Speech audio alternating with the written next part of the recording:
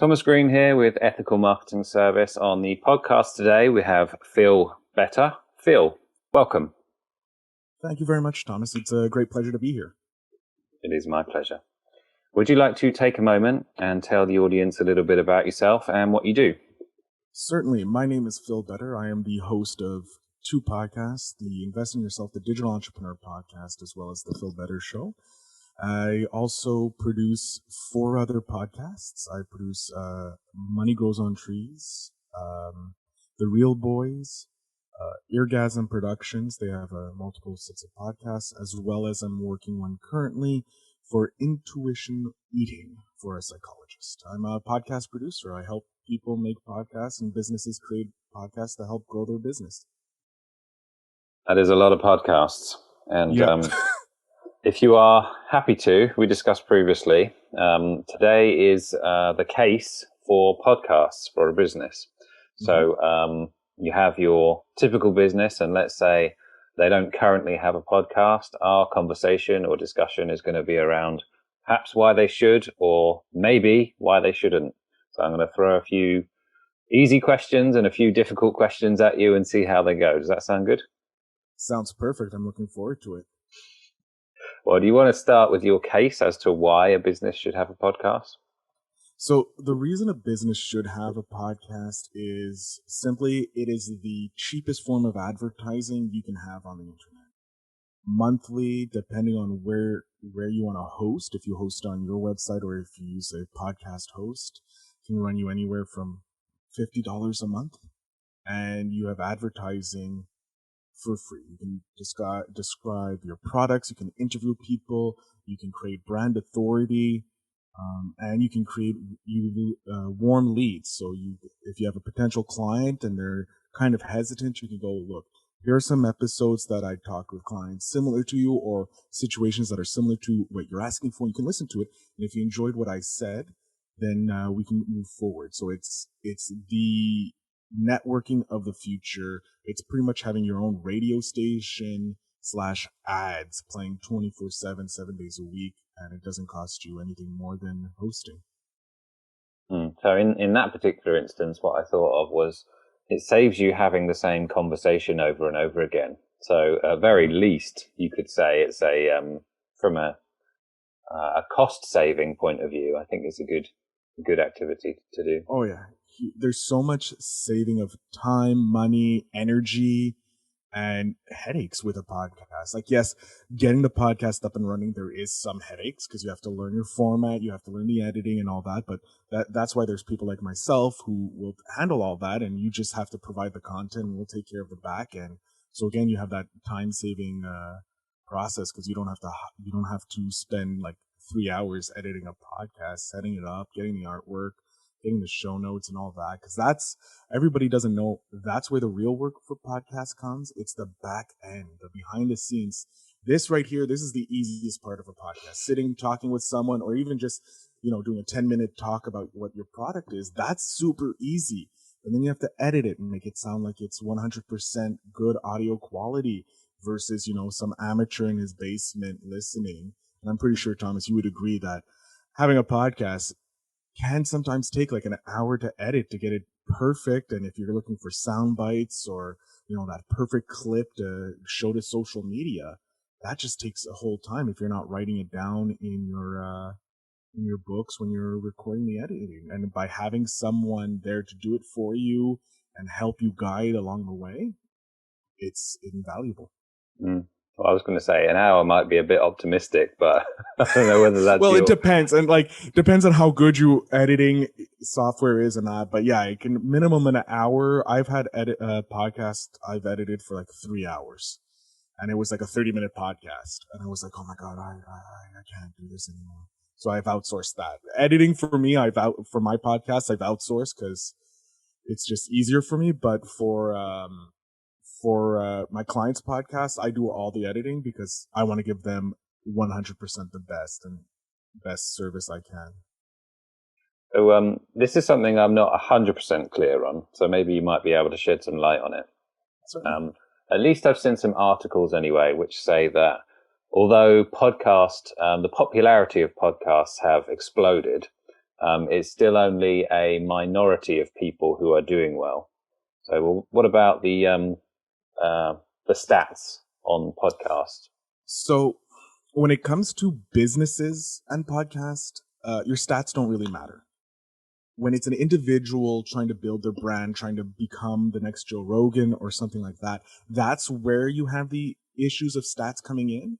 But if it's for a business and you're not looking to be, the next Joe Rogan, your stats don't really matter. What you're trying to do with your podcast when it's coming from a business point of view is you're trying to get leads. Like it's like a cold email, meet a networking event. You're trying to build that relationship. And what podcasts do is build the relationship. So either you can interview your guest on your podcast and you can solve their issues, or you provide them with the episode that solves their issue. Like let's say, oh, you have this problem. Well, I did an episode on it. One of my clients, Lloyd, his money grows on trees. He has an episode on buying property or buying shares, which is the best for you. So when he does meet a client, he goes, look, here's an episode where I answer common questions that I get asked, and they listen to it. And then they go from there, they go and they buy. Now, if you're trying to build a brand or you're trying to be the next Joe Rogan, then stats kind of matter. But you shouldn't concentrate on stats. You should concentrate on building the relationship between you and your listener. Because if you don't build that relationship, then you're never going to grow. So that's the most important part. And that's what I kind of stress to people getting into the podcasting game for, trying to become famous. I'm like, look, you're not going to become famous overnight. It's going to take at least 3 years and at least 100 episodes before you've actually cemented your brand as a podcaster. Well, it reminded me of what people used to say about social media, which is they used to say it is a relationship building tool. And you're essentially saying that podcasting is similar or the same? It's pretty much similar, yeah.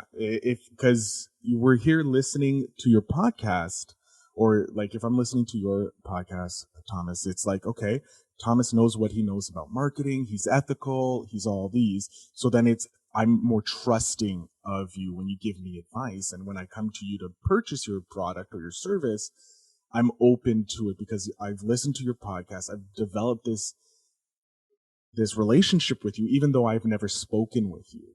So podcasting is when you're listening to a podcast, you're the fly on the wall, listening and learning from these conversations, versus being the podcaster. You're trying to provide more value to your clients or the listeners. It's a free service pretty much. So you're asking only for their time. You're not asking them for money.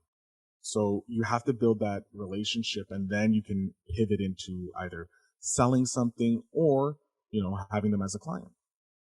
Do you have any examples of, let's say, one of your clients maybe who have gotten some clients from podcasts? Yeah, Lloyd actually, he helps mostly individuals create side hustles, because that's his main bread and butter is side hustles, but also showing the difference with investing, because he's done investing, he's created a side business and that. So when we launched his podcast at the beginning of the month, he actually within 2-3 episodes, he got a client into his side hustle to buy his book, and then into his side hustle course to help them grow a side business so that they can start planting money trees, because he believes in money grows on trees by planting side income. And there's not only my clients, there's one fellow by name of Travis Stevenson. He runs a company called Chatmatic, which is a bot for businesses on Facebook. And he's been able to go from talking with like pretty much nobodies, if you will, to talking with titans of industries on his podcast. And he uses that, actually having them on his podcast, he uses that to sell his services to them. So you can use it, if you have guests, you can use it to get clients eventually, if you start making your name in the industry. So for those people, let's say they do have a podcast now, but they don't have that type of example, what would you encourage them to do in order to ensure that at least they have a possibility of getting clients from their podcast? What I would do, the first thing is you have to know who's your ideal client. Who is your client that you want? For my business, I look for entrepreneurs, business owners, and influencers. Those are the people that I like to work with because they understand that there's a lot of work to it. So they understand the value in the work behind it. So they understand when outsourcing and that. So that's an important thing. Once you know who your client is or who your demographic is, then you start going and contacting those people and going, hey, if you're like, for myself, if you're a podcast producer, you would go, hey, are you interested in having a podcast? Let's have a free call. No, like for me, when I have a free call with someone, I actually give them pretty much the foundation for them to build their own podcast without me involved. So that they know that they can do it themselves or they can hire me. And I don't really mind not being hired. I just love quality podcasting out there. So I give them all the tools to build it themselves.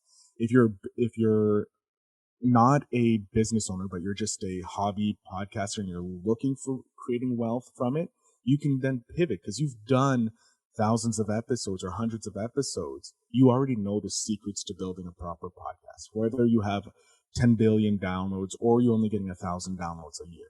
You already know how to do a podcast. So then you can start going and selling that service to business owners. But if you're a business owner, let's say you're a coffee shop, well, you can start doing the coffee shot of the day, talking about what's the benefits of coffee, what this flavor's like, what that's flavor like. And then you just put a little sign in your window or next to your cash saying, hey, if you're interested in coffee, here's a great podcast we do. And then we talk about different types of coffee. So that way you're building more brand equity and people, you can share it with your friend. You can have them share it with their friends like, hey, you're a coffee aficionado. Here's a great podcast to listen to if you like coffee.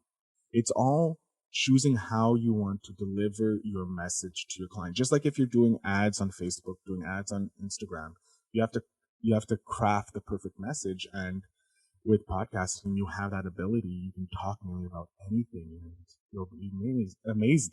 But you have to understand how much work it is. It's a lot of podcasts don't make it past the 14th episode because they go into it thinking, oh, I'll be famous within 2 episodes like Joe Rogan, or I'll get $1 million clients.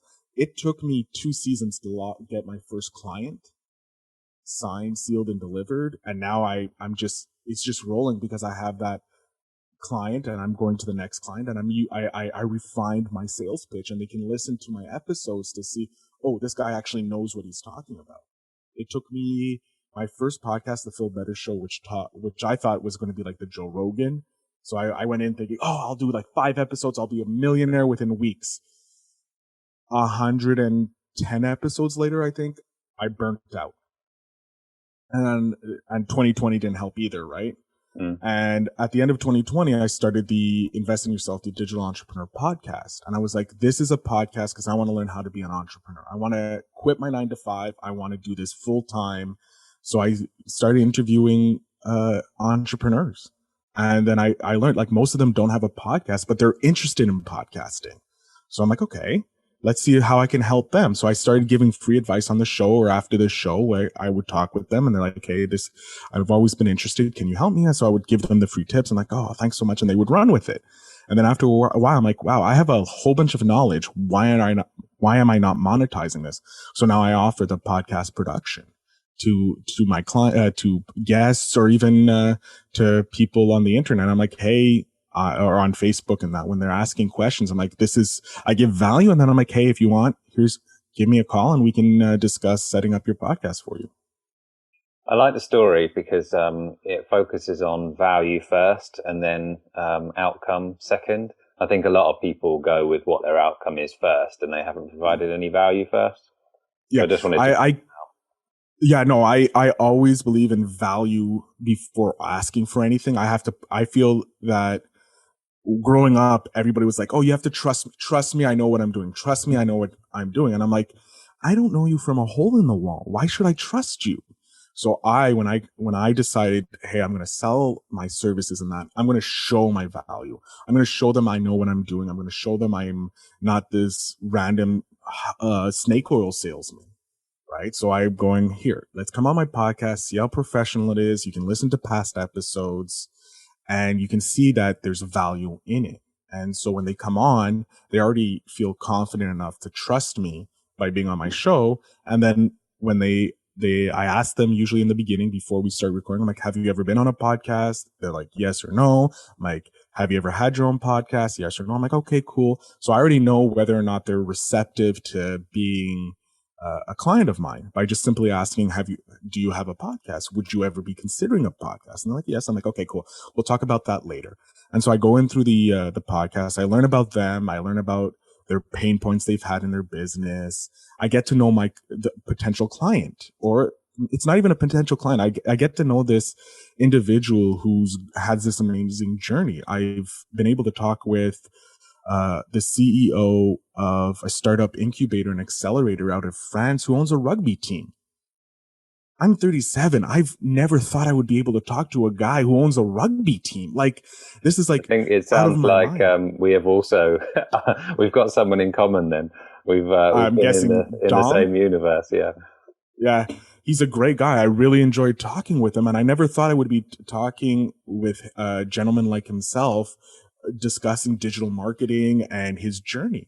So for me, it's been an amazing adventure, and I've created these connections that, one, I just feel great having these connections, talking with these individuals who are, for me, something I aspire to.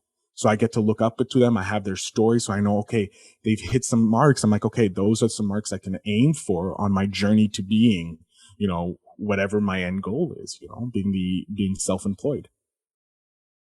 So I hesitate to ask because I might be guilty of doing some of these things. But what are the major sort of beginner's mistakes of someone who has a podcast? So, pardon me.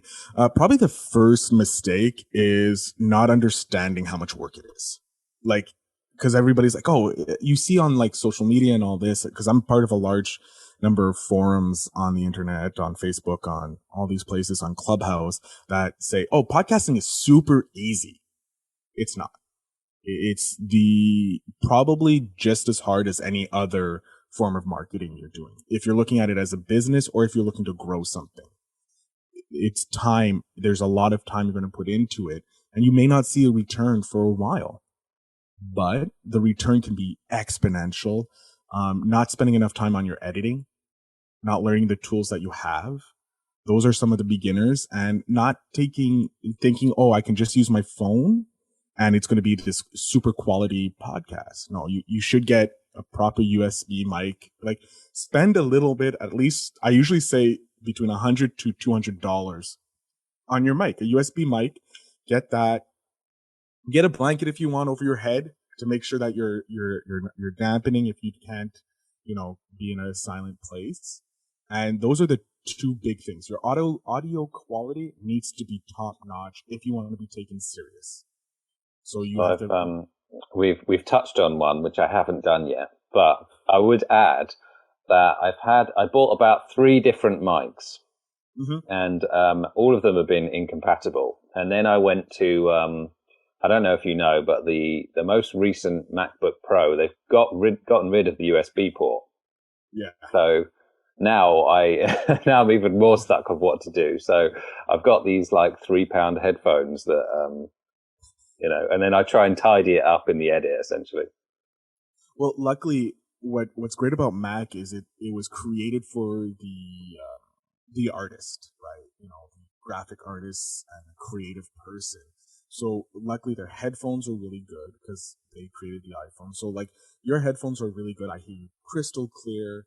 What I normally suggest to my clients when they're sending me their audio, their raw audio, I say, look, give me either 10 seconds at the beginning or 10 seconds at the end of just pure silence. Just have your headphone on, have your mic on. Don't say a word. Let me just get the surrounding area so that I can then clip it out in the noise reduction and Audacity. And that takes your quality of your audio up to like nearly professional. You don't look like a hobbyist. You're not an amateur. You're up there.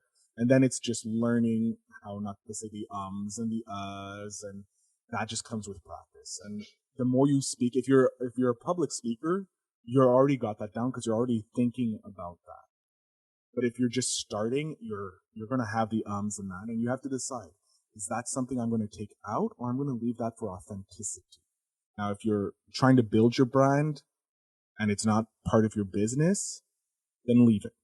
But if it's part of your business and you want this to be like professional grade, then make sure you spend the time removing the ums, the ahs, the awkward pauses, those situations that don't work, so that your quality in your audio and it looks and when someone's listening to it, it sounds professional. It sounds like someone from the radio. Because I truly believe podcasting is the future of radio. We're not going to have terrestrial radio anymore because the commercials are so annoying. Like when you're listening to like, top 40, you get 3 songs and you get like an hour worth of audio, commercials. And it's like, I don't want to be sold something. Like our generation and younger, they're used to streaming where there's no ads, those annoying ads that you lose your show. So podcasting is the same thing. When you have a sponsorship, you have to integrate it properly, and you make it 1 or 2 sponsors a show. Or you put it right at the beginning or at the end so that people know, okay, the sponsor's at the beginning, I can skip this, or I don't have to listen all the way to the end. It's in the middle, it's not that bad. I try and make, if there's an ad in it for some of my clients, I say like 30 seconds. Just do a 30-second ad one time. Make it seamless into the episode. Make it connected. Don't just have hi, this is John from Razors R Us, and please buy our razors. No, go add something to it so that you're providing value. Like if you use the razors, tell a story about how you use the razors and how it changed. I don't use razors because I like my beard, so it's not for me. But for anybody who does use razors or anything like that, like add value. I'm always about giving more value than taking, because the more you give, it's going to come back to you in tenfold later. Now I really want to find out whether there's a business called Razors R Us and see if there's a guy named John. Maybe get in touch. You should. See if he needs a podcast to talk about razors. So, some of the best podcasts that you've maybe either edited or you're aware of, what would you say they do differently than the majority that exist, which are out there maybe not doing as well? Have fun. Podcasting is fun. In its form, you're having a connection. You're connecting with someone. We met on matchmaker.com. It's not the relationship one. This is for podcasters, and you have to have fun with the podcast. If you're not having fun with it, it's going to come across. So like Joe Rogan's podcast can be quote unquote the most successful podcast, right? You're having fun with it. You hear him enjoying the conversation. If you're not enjoying the conversation, it's going to come through to your audience and they're going to lose interest in it. And there's a chance that they're not going to come back. So what you want to do is show that you're having fun with your guest or with the content that you're providing. That is the best advice I can have for anybody wanting to start a podcast, is have fun with it, because it's a journey. It's a fun journey. You're on the journey with your guest or with your listener, but you're also, as a podcaster, you're on another journey because you're learning about new stuff, and you're learning either how to edit, what's the proper mic, what's the proper, way to promote your podcast, and all the different things that come with promoting a business, because podcasting by itself is another business. So you already have your main business, but your podcast is another business that you want to grow as well, so that it can start creating money for you, either funneling it into your podcast, into your main business, or if you're an independent podcaster that doesn't have a business, funneling money from sponsorship or other people asking you to do their podcast. So you have to have fun with it and be open to everything. Those are the best, like that. When I'm listening to a podcast and I hear that they're having fun with it, and you can hear the joy and the excitement in the podcaster's voice and the hosts, not just the host, but the guests, if they have guests, their voice, then I'm tuned in, I'm ready to lock and load, and I'm going to stay for this forever. But if it's like a dry, the guy's just blabbing on and it doesn't seem like he has passion about it, then it's like, nah, I can't listen to that. I need to know that you have inflection in your voice too. Be able to go up and down in your voice. Don't just be monotone for the whole time and not even change your tone, because that's boring. I need a little entertainment, like give me something. Show me that you're human and not a robot. It's a very good point. and not a point which I am particularly good at. I will admit to. Hey, you laugh, so that's a good thing. If you can laugh in the episode, you're good. You're golden. You're showing the audience that you can have fun.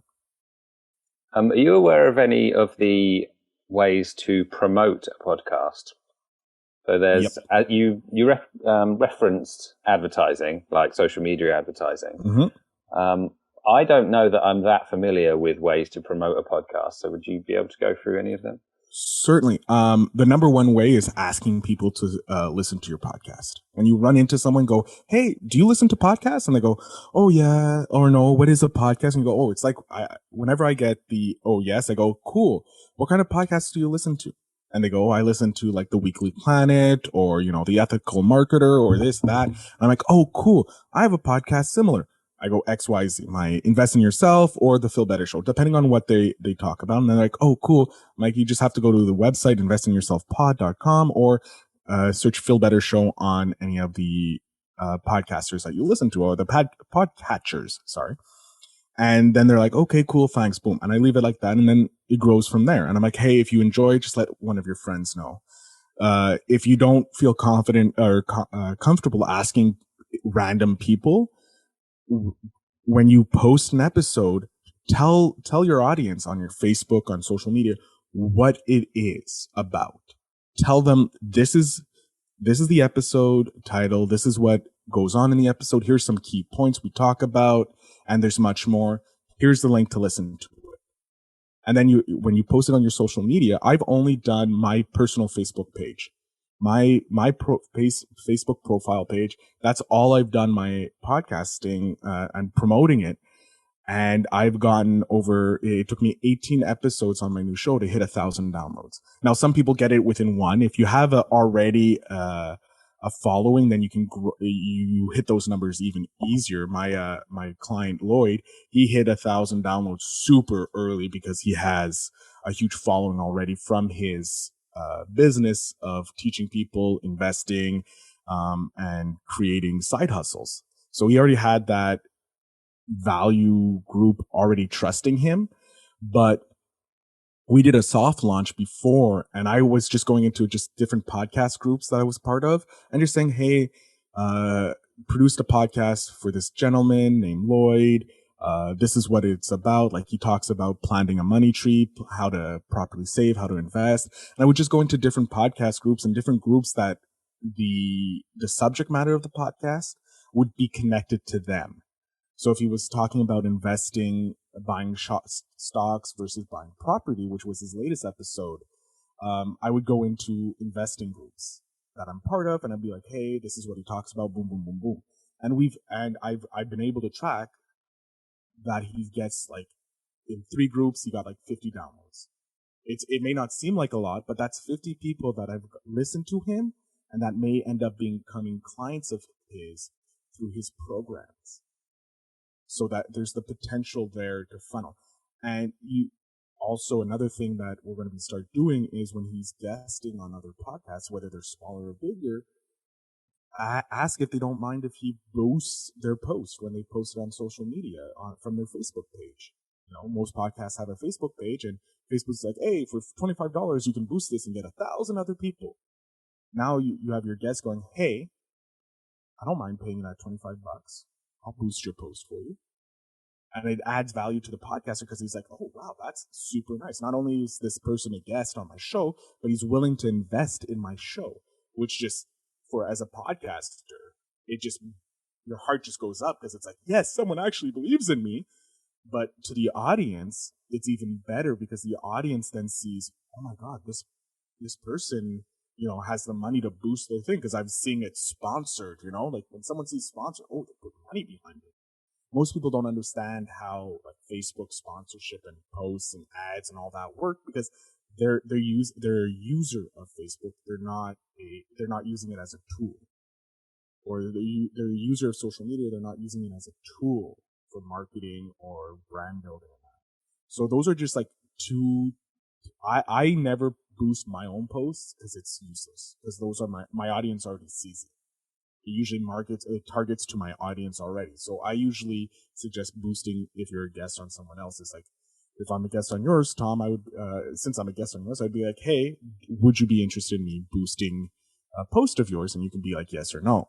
So that's something that is great because it creates a better connection between the host and the guest, as the host is providing more value, not just being a guest and spending their time, but they're willing to invest in it.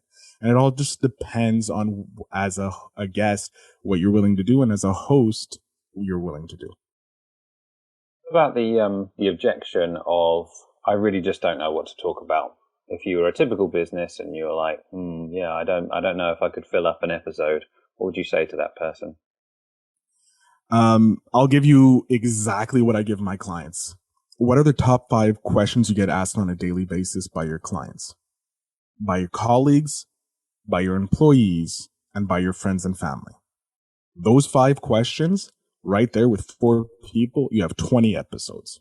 That's all you need. You answer and then whenever you get a new question and you're like, that's a great question, and you thank the client asking that. And if you go, hey, that's a great question, I'm actually going to write this down. I'll answer it for you, but I'm going to do an episode for my podcast for future clients so that they already have those questions answered. And then it's like, and then the client is like, oh my God, I've helped him with his podcast. That's amazing. Oh, you have a podcast? Tell me more. And it's like, oh yeah, here you go. Like, have a QR code where they can scan it on their phone that leads them to, Apple or Spotify or whatever podcatcher they use. And it's just little tips you figure out as you go along. Or if you have a podcast producer that can tell you, okay, you have to do this, this, this, and this, and you're golden. Sort of reminds me of a frequently asked questions page. It pretty much, their episodes, right? Yeah, it's pretty much as a business owner, you have to look at it 2 ways. You can give them the frequently asked questions and make it audio. Like literally, I've gone on some websites and they literally have the episode. They have a player at the top and you can press play and you can listen to the whole episode, the whole article instead of reading it. And that's time saving because now I can browse something else as I'm learning about this subject. It's like an audiobook for you. That's a great point. So what do you think in terms of something that we haven't talked about today that you would think is extremely valuable to the person who may be considering setting up a podcast right now? Just start. If you have headphones like an iPhone, if you have an iPhone, the headphones, the Bluetooth or even the wired headphones are great mics to start. Get into a small cupboard if you can't find yourself a studio with a lot of clothes in it and just talk. Get used to talking, explain subjects, and then listen back to it and go and take notes and go, okay, I need to change this. I need to change this. It doesn't have to be perfect if you're going to start, depending on where you're going. If you're a business, invest in hiring someone to do it for you. Pardon me. Or if you're trying to start a podcast and want to build a brand for podcasting, just start. Do it. Just start as soon as possible. Stop thinking and do. Because nothing is perfect. I've listened back to my first episode and I cringe. I cringe so much because I'm like, why did I say that? I talk too much or this or that. And it's like, no, you have to just go, this is part of my evolution. So when my clients listen back, they can see the evolution of my podcast getting better and better. Each season, each episode, the quality gets better. The editing gets better. The show notes get better. Everything like that just keeps getting better and better. So they see, oh, he knows what he's doing. He's improving his craft. So you have to show you're improving your craft. Now, if you're using it as a marketing for your business, hire someone to handle the back end who will teach you exactly what you need to do. And at that point, you're golden. You're golden. Sounds to me like a lot of the people that you have spoken to have some confidence issues around it. Sometimes, yeah, they do because it's a brand new industry. It's still the wild, wild west. It's still, no one has created the blueprint for it, and even if you create a blueprint that works for one industry, it may not work for another industry. So you have to they have to create their own blueprint. Like the banking industry could have a different one than, the stock market, or, home hardware could have a different podcast blueprint then construction. Like everything, each industry can create their own blueprint, and that is the amazing part of podcasting, because there's no set regulations to it. It's like if you make a TV show, it's formulaic nearly. All the blueprints are done. You can't really create a new TV show. Whereas with podcasting, you can create a new one. You can do either a clip show, you can do full-length hour interviews, you can do, educational parts. Like there's so many different blueprints that you can borrow from and decide this is the blueprint I'm going to take. Whereas someone who's in the exact same industry can be like, you know what, I'm going to go down this blueprint instead. Have you got any thoughts on who specifically should do it? If there's a business and, there are multiple options perhaps on who might do the podcast. You got any thoughts on that? So we're talking which business, or in the business, who should be doing the podcast? The latter, yeah. Who in the business? One, you want a charismatic person, because that needs to come through, but also someone who doesn't seem like a charlatan. If you have someone who's passionate about your business, let's say I'm a business owner and I'm like, I don't feel confident on the mic, but I have this employee who's like super engaging with my clients, like 100%, like always get this amazing feedback from, and you're like, go up to them and you're like, hey, would you like to be the voice of our podcast? And they're like, yes or no. If they say yes, then great. You have your host. And you go, okay, here's the stuff you need to talk about. You give them bullet points, or you give them a script, and you let them go at it and they talk about it. And you want someone who will be representing your brand. One of my fellow podcast producers, his industry is strictly higher educational institutes. And what's funny is I was a guest on his podcast a couple of weeks ago, and he mentioned that one of his friends took the same course that he did, but he created a podcast for. And he's like, hey, Alex, really weird question, but did you make a podcast for this course? And he's like, yeah. He's like, okay, because I thought it was you talking. And it's like, that was like, he said he did it like 2-3 years ago, and they're still using it because it's valuable. Just think about it. If you're a teacher, you're like, oh, I can, like now with like technology, you can Zoom, you can record it, or you can do the audio and go, hey kids, listen to the audio and on your phone, and it's going to help you on your math test, or help you understand this complex theory of relativity, but it's also a great tool for people who want to learn outside of that institution. Like if I have an interest in thermodynamics, I can go search on Facebook or on podcatchers thermodynamic podcasts, and I can find something, I can listen to it and be like, oh, this is super educational for me, like Neil deGrasse Tyson has an amazing podcast that you can listen to, and you can learn from this expert where you had to go to the course and sit for like 2 hours in a course and be lucky if you learn something, and waste those 2 hours, not waste, but like those 2 hours you could be like driving somewhere. But now with a podcast, you can be driving somewhere to listening to the podcast at the same time and learning. And so you have this ability. Audio is the only thing you can do two things at once. You can multitask with audio because it's permeating your conscious and your subconscious at the same time. Yeah, Tony Robbins refers to that as net time, no extra time. So like you can listen while you're washing up or something like that. I listen to podcasts while I'm having a shower. Save my time. That's just for overachievers. Yeah, it is. This is my industry, so I'm listening to a lot of podcast-related podcasts. Like, how do you grow your podcast? How do you improve your podcast? So that's the things I usually listen to when I'm during my work time. In my free time, I'm listening to a podcast called The Weekly Planet, which just talks about movies and TV stuff. And it's like, that's just for me for entertainment because I enjoy the hosts. And I may not necessarily enjoy what they're talking about, but the banter they have back and forth, that's just the best part for me. Well, it just makes me think of Inception. How many layers do you go down? It's like having a podcast about listening to a podcast on podcasts. Yeah, it's weird. You can get really like so many different levels deep on a podcast episode, which is great because you never know where the episode. As a host, you have to be open to where as long as we stay in the form of marketing or what the subject is, like building a podcast, we can go on to so many different branches of that tree and learn so much. And you never know where this conversation is going to go. It's like having, I always think of when you're a host, there's three types of podcast hosts when you're in an interview way. You have the Joe Rogan way, where it's just two buddies sipping beers, or, if you're Joe Rogan, smoking weed, whatever. Then you have the Diane Sawyer, like straight to the questions. This is what we're talking about, and I'm going to ask you these hard-hitting questions. And then you have somewhere in between, like kind of like a John Oliver, late talk show host.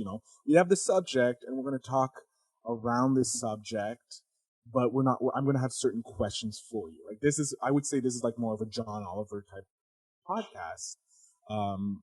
Yes, I'm brown nosing. I love brown nosing hosts, because why not? Make you feel better. You're the only way I can thank you, other than giving my information, is like brown nosing and making you feel better, because you're a great host. I'm glad it was clarification that it was a compliment, because I wasn't 100% sure. Oh, I love John Oliver. I love Jon Stewart. I love the late night talk show hosts, because they bring humor to these situations that could be more heavy and like somewhat dangerous. So I prefer, the John Oliver late night talk show hosts and the Joe Rogan style podcasts to listen to, than the more like Diane Sawyer, like the hard hitting journalistic ones, because it's like, I would never want to be in that situation where I have this like super important journalist just hammering these questions at me, and I'll be like, I don't know. So like I try and avoid those podcasts because they kind of intimidate me, but I know eventually I'll have to be on them if I want to grow my brand as a podcast producer. Well, I'd add one more advantage, and that is, it's probably something that you already know, but for me anyway, the old traditional way of quote unquote networking was not something that I ever wanted to do. Mm-hmm. So I would never work the room, and I wouldn't try and get something from someone, just when I just met them. Whereas when you do, I've noticed that as a reactionary thing rather than something I did on purpose. But it's sort of like a virtual way of networking where you get to know people a little bit better.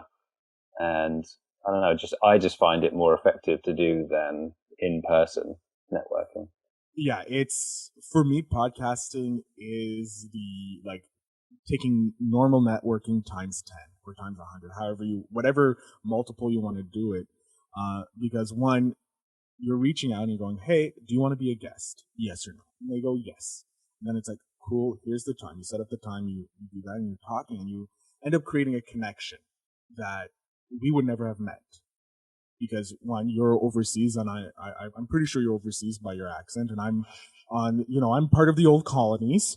So we would never have met unless you've come here or I went there. And even then, the chances of me bumping into you on the street or you bumping into me on the street is like very slim.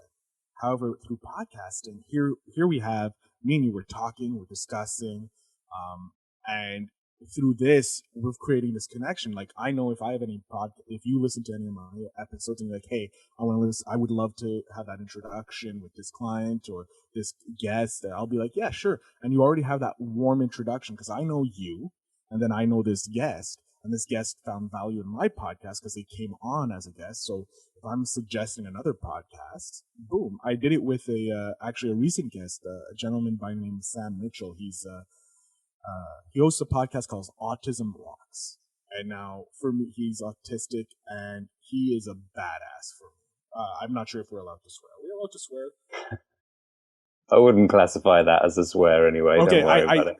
Okay, I don't know. Sometimes some people have hard points there, but he goes, he's a podcaster who has autism and has these amazing guests on his podcast. And I'm like, look, I love him as this entrepreneur. He's showing that he doesn't have a disability. He has an advantage over other people. So one of my other guests was a writer for children with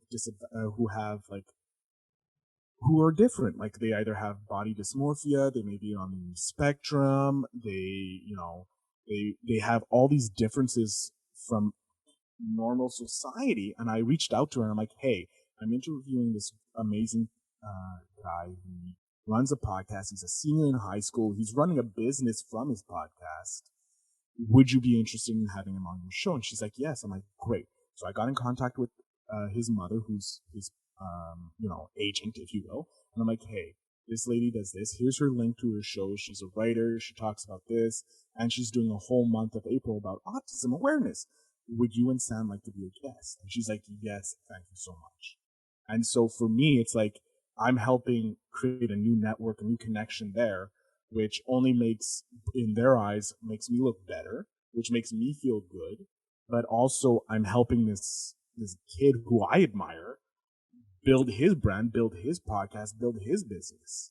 And I'm helping this new podcaster build her business, build her credibility in the podcasting world by connecting these two people who, again, may never have crossed paths before because they're both relatively new in the podcast world. It's something that I really like, which I actually haven't done very much of, so it's worth the reminder. Mm-hmm. Do you think that there are any disadvantages to podcasts?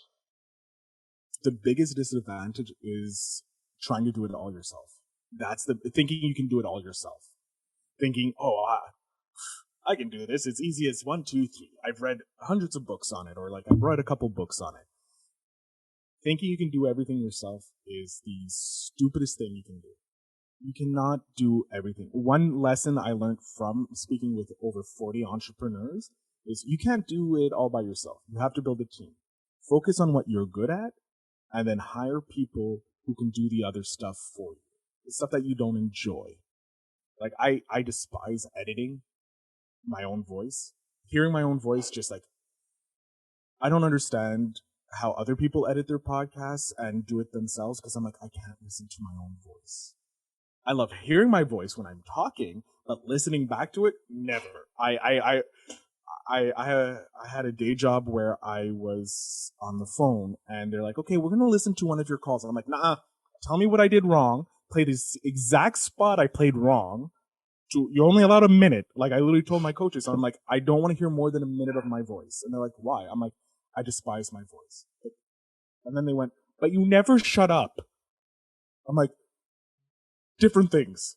Completely different things. I don't have to hear my voice constantly. So, and I like the sound of my voice when I speak, but hearing it back on recording, I'm like, oh God, why did I say that? Oh my God, that's cringeworthy. Or it's like, oh God, like I stuttered or something like that. I'm overcritical of myself. But listening to other people's podcasts, I'm like, I'll edit all my clients' podcasts myself, unless it's like, okay, I don't have time. I'll send it off to my editor and pay him a little more. But also, I don't have the time to spend, creating cover art.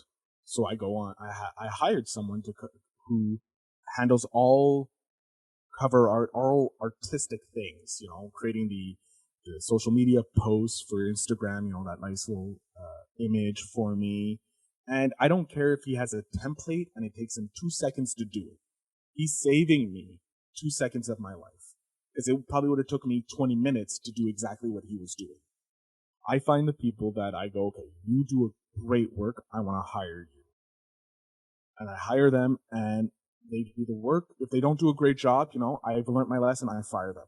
I hire and fire very quickly because time is money, but also I don't want to waste this person's time, because if I'm not happy with their work, it's only going to lead to me being more negative towards them, and we're not going to have a great working relationship. I look for people who we have a great working relationship. If I can chit chat with you and we have a fun time working together, then I know we're going to have a productive relationship. And I can excuse, like these little missteps. But if I can't get along with you and I don't enjoy working with you, it's just going to lead to me burning out, because I'm going to have to redo your work, or I'm going to have to pay someone else to do it, and it's going to take me more time. I want less time focusing on the things that I'm not good at and give it to people who are good at, so that I can focus on building my business or making my podcast better by finding better guests, or, being guests on other shows to make awareness of how great podcasting is. It's sort of reminds me of an analogy for actually building your business. So a lot of the coaches and content around building your business is essentially about that topic. It's about you can't do it all. You need to build a team. You need to create a system and a process so that when you aren't able to do it, it still exists without you, basically. Yeah. So and they call it working on your business rather than in your business. Mm-hmm. It's Tim Ferriss, I believe. He did the 4-hour work week. He's like, hire a VA to handle the stuff that doesn't create money for you. That's all it is. So if you're a podcaster who's just starting out and you don't have any money, yeah, start doing it yourself. Figure out templates. Templates are the saving grace of my life. I have templates, and I go to my my guy who does my artwork. And I'm like, look, this is what I want. Like, I'll create a horrible template of the artwork. I'm like, look, make this prettier. That's pretty much it. This is how I want it. This is how I envision it. He takes it and he's like, God, you're horrible. And then he does it better. And I'm like, thank you for being amazing at art, you know? And same with my editor. I'm like, okay, look, I want a nice hook point. And I've been doing better by, you know, when I'm when I'm talking to the guests, I have a stopwatch going, and I write down, oh, this guy said this really good. And I write it down in a notebook. And then I go to my editor. I'm like, here's the raw. Here are some key points, the time points that I liked. Find one that you think is most valuable. Put it at the beginning of the episode. Have the music. Tell me what. I'll record the intro. I'll record the outro, and then you just put it all together. And he makes it sound beautiful. He makes me look amazing, and sound amazing. And so yeah, that's what I do. I know what I'm good at. I'm good at talking to people, promoting, and that's it. When it comes to editing, I'm okay for me, but like when I do my guests, like my clients' work, I spend like a good 2 hours editing their stuff, making sure they sound amazing. And so far, haven't had any complaints, knocking on wood. And that's all it is. I'm slowly trying to build their team. Like, I'll do everything I need to do, but then I find the people that can handle the stuff for them if they want to build their own team. Like, I have no problem. If you want to pay me to help build your team, I'll help build your team for you. I'll find the Fiverr people that work.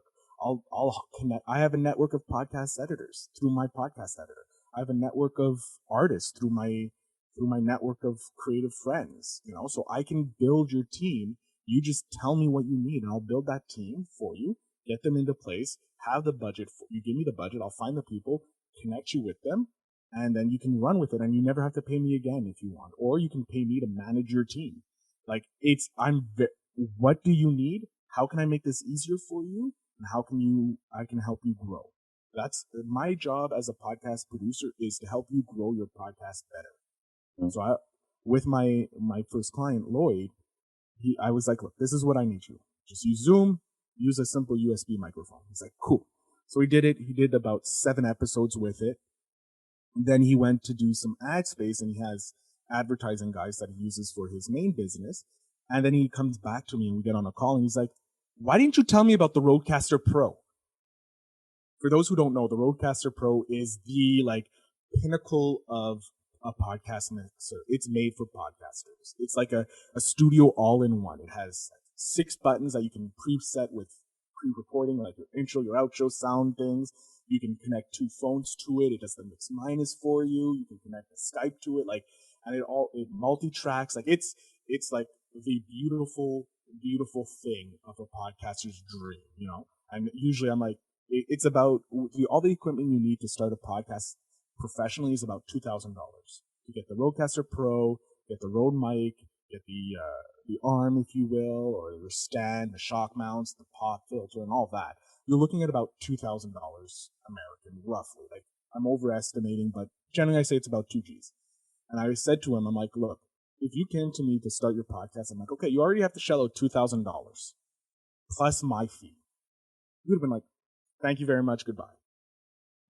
So I had to show you how valuable podcasting was before I told you how much it costs.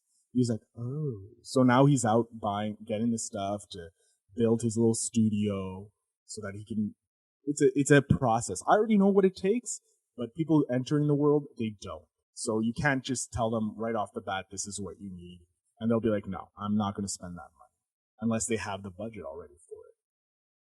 Can I ask what your business goals are and also maybe your podcast goals? My business goal pretty much is to be able to podcast, either create podcasts for people or live off my podcast. I've already found out how much I need to make a month to satisfy all my basic necessities. And once I reach that goal, I'll be able to quit my day job and podcast full time. My podcast goal to create for my podcast, I would love for it to start generating revenue, either funneling clients towards me, which it kind of already is, or, getting sponsorships. People going, I want to pay for you to read an ad on my podcast. That's my goal. I have very simple goals when it comes to that. I don't need to make $100 million because, look, there was a study done that $70,000 US is the point where happiness doesn't change for money. Once you reach 70K, anything above it, you don't really get more happiness. So it's like, if I can hit 70K, boom, I'm happy for the rest of my life. Then I can start building more, I can start focusing on other things. I'll have more free time to do what I want. Good answer. Feel better. Where is the best place for people to find you? So the best place is you can find me on Instagram at podcasterfeelbetter, on social media for the podcast, Invest in Yourself Pod. That's the website. That's the Instagram, Facebook, Twitter. It's all there. They're kind of dead, the social media, because I'm not concentrating on that right now because I don't have the time for it, but I'm slowly ramping it up. It should be going forward in the summer. But generally those are the places, and I'm open for anything. If you want to send me an email, it's phil@philbetterinc.com. That's also the website for my clients to come find me. So if you're interested in having me as your podcast producer, I'm more than happy to schedule a free 45-minute, and I'll give you everything you need to start your podcast, your first 100 episodes, even if you want. And what I do with most of my clients, I have a pitch sheet, and I ask them questions. I fill out the pitch sheet, and I'm like, here's a pitch sheet. Sorry. I give it to them, and they're like, here's your podcast. Here's your first 100 episodes. Have fun. And they can run with it. It's all about bringing value to the world. I think you've done that today. So thank you for all the value. And I'll speak to you soon. I can't wait to talk to you again, Tom. All right, Phil. Have a great day.